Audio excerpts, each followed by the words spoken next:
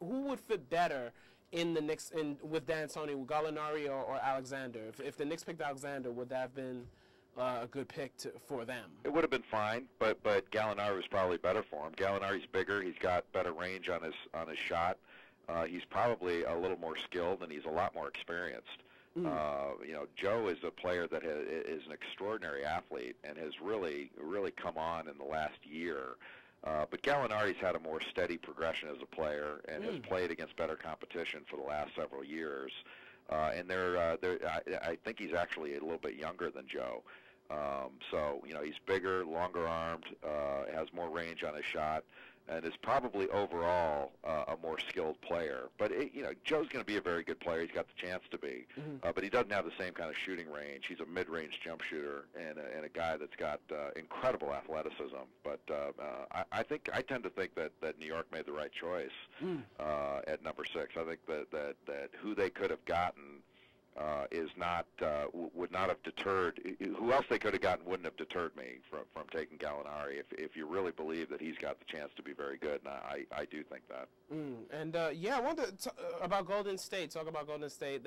They lost out in acquiring Elton Brand, and they have pretty much the last 2 first-round picks. Actually, Brandon Wright was traded to them, but Brandon Wright and Anthony Randolph. I mean, raw and physically and skill set wise. Can they be able to really mature? Because they're going to be asked to do a lot of things next year. Can they step up to the plate? I don't know. We'll see. I mean, I think they're going to have to wait a little while on Randolph. It's just a question of similar with Brandon Wright. It depends on when his body's going to get there, and both of them are rail thin, but both of them are long armed and have very good skills. But now the NBA, it's factored in, a development curve. You have some of these kids, you have to wait on them. And what used to be their development in college has now been moved up to their development in the NBA. And if you take a long view of it, which I think you have to now in the front office of an NBA team, I think both Randolph and Wright can prove to be very, very good players in time. But it is going to take them some time to get there. Wow, and but Randolph, I give him credit. He definitely improved as the season went on in the SEC. I definitely give him some credit. First 2 seniors that were taken, Jason Thompson and Courtney Lee, on my mid-major preview show in November, I talked a lot about them. Isn't it wonderful that both players were able to get that recognition to be first-round picks? It's great, but it's a reflection of how good a player they are, not necessarily mid-major. I mean, there have been great mid-major players forever. Oh, right, absolutely. Willis Reed was a mid-major player, and Walt Frazier and Earl Monroe and all that. You can go on for hours about the great mid-major players there have been over the years. So it's not a reflection of the level on which they played. It's just I think a reflection of the talent level that each individual has. And I watched Jason Thompson play over the last 3 years. The same thing with Courtney Lee, and was a big believer in Lee as a sophomore.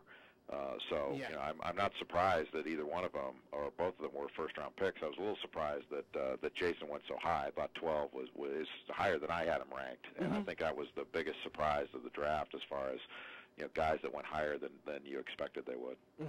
Yeah, because Jason, I was so impressed with how he really hung in there and outplayed Michael Beasley in the Old Spice Classic in the beginning of the season. I was really impressed with him. George Hill, IUPUI.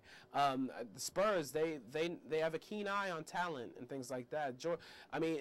What was your take on George Hill being? Because that's another player I talked about. For just mid-majors from the standpoint of players getting more recognition and things like that. So, what was your take on George Hill being picked so high? Little surprised that he went in the first round, but he's a good pick for a team like San Antonio because he's long-armed and a very, very good defender and has a lot of potential, I think, to be a really good defender in the NBA.